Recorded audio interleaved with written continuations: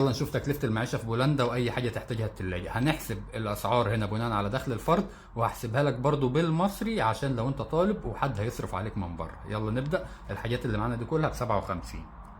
يلا ديك الشيبسي مش عارف ب6 وكام. دول عيش، بصلاية، بطاطس، ذرة، فراخ، 2 افوكاتو،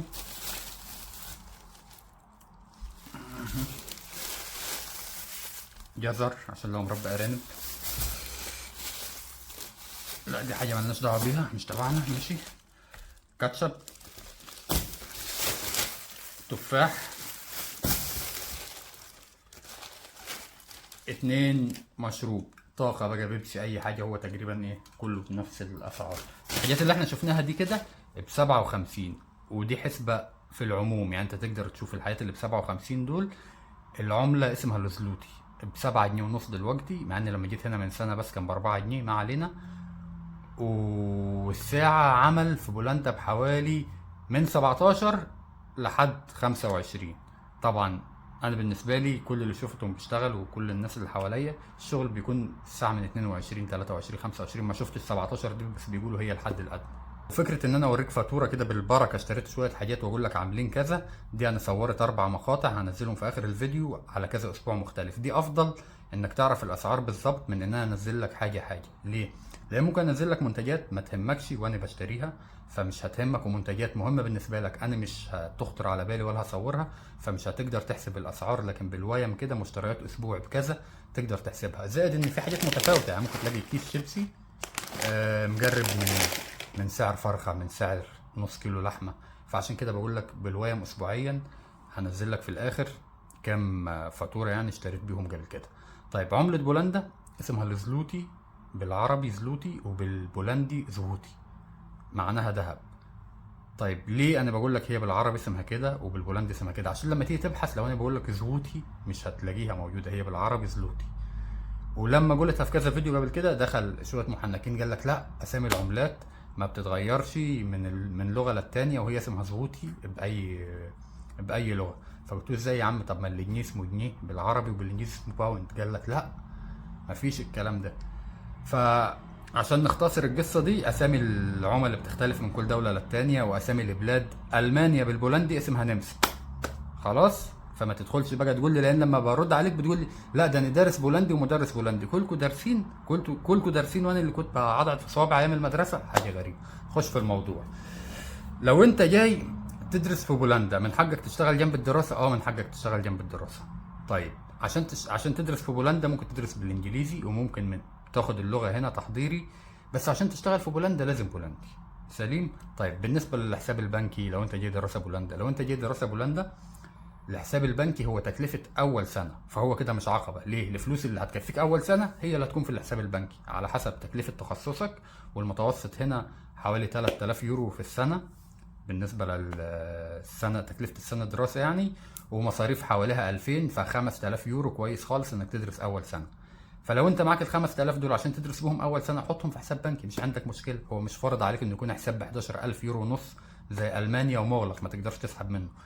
فالموضوع سهل وبسيط. طب معكش الفلوس اللي تحطها في الحساب البنكي، يبقى انت معكش اصلا تصرف على نفسك اول سنه، فما تفكرش في بولندا. فكر في دول ارخص تانية زي جورجيا، او في جامعات في جورجيا الاعتماد بتاعها كويس في اوروبا زي جامعات بولندا وزي جامعات المانيا.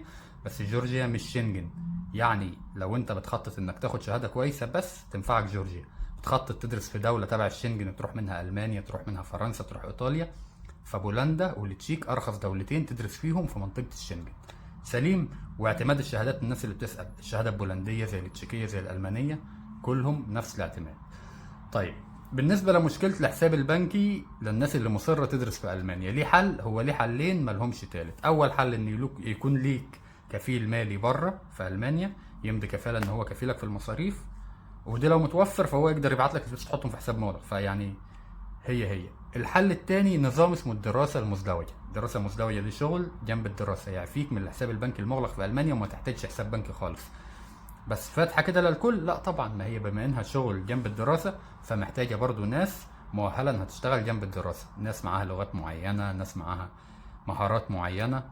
فابحث على الدراسة المزدوجة دي، ولو مهتمين بيها هعمل فيديو مع رنيم غنيم، هي فاهمة في قصة الدراسة المزدوجة دي، وهنعمل فيديو مفصل عن القصة دي.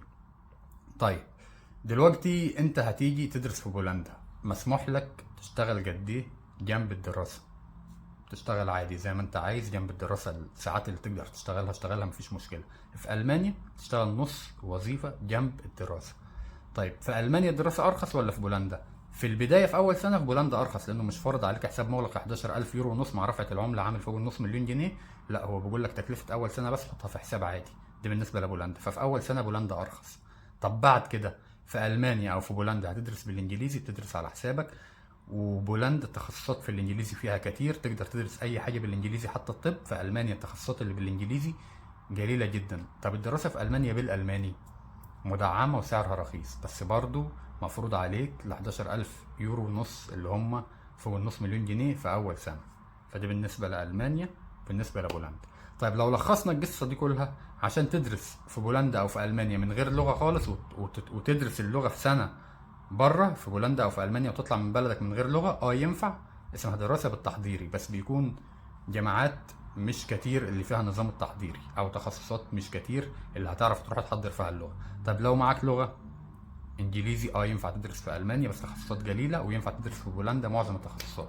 طب لو معاك الماني فانت 100 هتدرس في المانيا اللي انت عايزه وباسعار رخيصه. بس ده مش هيعفيك من الحساب البنكي غير لو انت رايح المانيا دراسه مزدوجه. طيب بالنسبه للدراسه في المانيا، بتقدم وتجيب قبول جامعي، مفيش مكاتب ولا وساطه، عن طريق يوني اسيست. يوني اسيست لو مش عارف تتعامل معاه عشان هو فعلا موقع معقد شويه، برضه هنعمل فيديو مع رنيم غنيم تشرح ازاي تجيب قبول جامعي من خلال يوني اسيست. طب بالنسبه للقبول الجامعي في بولندا، شرحني على موقع اسمه study.gov.pl، شرحه قبل كده في فيديوهين، مترجم الموقع مره عربي ومره انجليزي. سيب لك لينكات الشروحات بتاعت القبول الجامعي في بولندا في الكومنتات. فهو الدراسه في اوروبا نصين، اول خطوه انك تجيب قبول جامعي، تاني خطوه انك تروح تقدم على الفيزا. سهله وبسيطه اهو. فبالنسبه للقبول الجامعي في بولندا نشرحه في فيديوهات، هنزل لك لينكاتها. بالنسبه للقبول الجامعي في المانيا، لو مهتم عرفنا، وهنزل شرح عن موقع اسمه study.gov.pl، عن موقع يوني اسيست اقصد بتاع المانيا. نخلي رنيم غنيم تعمل عنه فيديو، اعمل انا وهي فيديو. بس بنزل لك طريقه القبول الجامعي. لكن فكره تقول لي طب قدم لي، اني مكسل، لا كسل. فكره تقول لي طب انا عايز اعمل الدراسه المزدوجه عشان ما اعملش حساب بنكي بس معيش لغه، لا، اخبط راسك في الحيط. ليه؟ لان في ناس اقول له لا، ما هي دي محتاجه لغه، يقول لك ما فيش تقدير والواحد مش قادر. مش قادر ايه يا عم؟ انا مش قاصد اجرحك، بس هي الحاجات دي كل حاجه ولها حاجه. تشتغل جنب الدراسه لازم لغه. تدرس من غير لغه خالص بتطلع تحضيري، وبتكون اصعب. يعني الاسهل انك تطلع بلغه. فشوف انت مؤهل لايه ودور عليه، اللي هو النجاح استغلال المتاح. لكن انت معكش لغه ولا معاك فلوس ولا اي حاجه وعايز تدرس في المانيا، لا يا عم. لو انت غرضك دراسه يعني وبتدور على شهاده في ظروفك بجد امكانياتك، شوف جورجيا، شوف روسيا، شوف وروسيا فيها دراسه شغاله حتى مع قصه الحرب دي، يعني الدنيا تمام. طيب هنزل لك دلوقتي زي ما قلت لك تكاليف المعيشه كده، وقلت لك انا اسعار ساعه العمل قد ايه في بولندا. ملحوظه اخيره ومهمه، لو انت تتفرج على العيال اللي بيجيب لك حاجه ب 20 يورو ويقول لك دي كده ب 800 جنيه مصري غير الضرايب والكلام ده، وتدخل تسالني تقول لي انا عايز دوله ما فيهاش ضرايب. الضرايب مش بعبع تنضرب انت وهو بقالي، واللي يشوفك يقول انا مالي. مفيش حق. الضرايب بتدفع تأمين صحي، بتاخد مكانه علاج، بتدفع ضرايب، بتاخد مكانها خدمات اجتماعية كتير تسوى توجلها ذهب. فقصة الضرايب دي فكك منها، مش بعبع من غير ما نخش في تفاصيل. ومعانا أول فاتورة زي ما انتم شايفين ال 53. طبعا مشتريات زي ما انتم شايفين كده، طبق حلويات، رغيف عيش قد الدنيا ما شاء الله، كابوتشاية، شوية فاكهة، شوية عيش. ودي فاتورة تانية أكتر شوية بحوالي حاجة وسبعين، 73 أو 74. طبعا شوكولاتة وجبنة وبيض وتونة ومخللات ومايونيز ولانشون ليلة كبيرة سعادتك. انت شوف يعني بدماغك انت هتعرف تحسبها.